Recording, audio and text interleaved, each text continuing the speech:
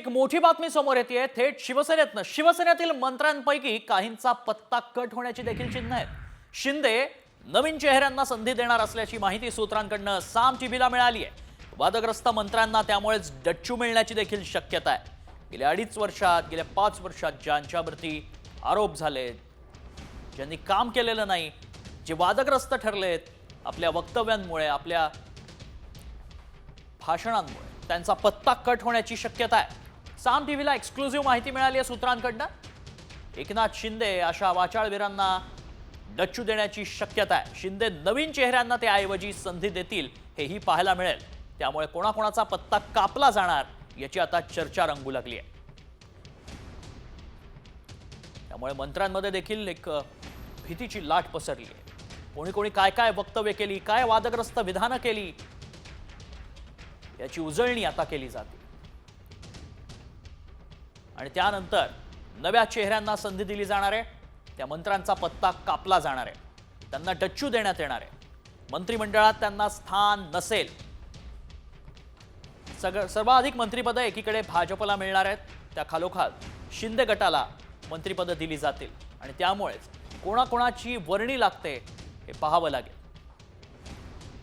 याआधी जे मंत्रिमंडळात ज्यांना स्थान देण्यात आलं होतं त्यातील काही मंत्र्यांना मात्र डच्चू देण्यात येणार आहे। मंत्रिमंडळ विस्तारामध्ये भरत गोगावलेंना संधी मिळाली नव्हती, त्यावरनं त्यांनी जाहीर भाष्यही केलं होतं।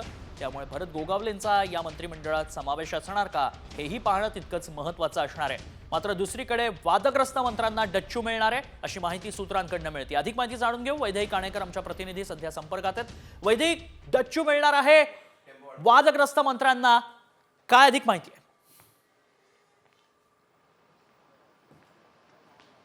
नक्कीच आपण बघतोय की आता सरकार जे आहे ते महायुतीचं फॉर्म होणार आहे। मात्र या मंत्रिमंडळामध्ये नवीन चेहऱ्यांना संधी देणार असल्याची माहिती सध्या मिळते।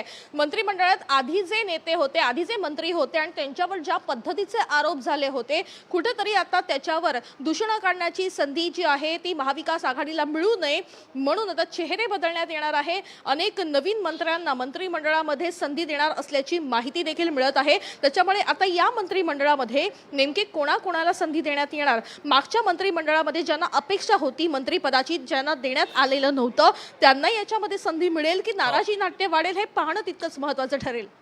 अगदी धन्यवाद वैदेही, आपण दिलेल्या सविस्तर माहितीसाठी। थेट जाऊयात याच संदर्भात अधिक माहिती जाणून घेऊयात। आमचे प्रतिनिधी सागर सध्या आपल्याला माहिती देत आहेत। सागर, काय अधिक तपशील आहे? अत्यंत महत्त्वाची बातमी आहे। शिवसेनेचे माजी मंत्री जे राहिलेले आहेत त्यातील काही मंत्र्यांना डच्चू देण्यात येणार आहे आणि नवीन चेहऱ्यांना संधी देण्यात येणार असल्याची माहिती जी आहे ती समोर येते।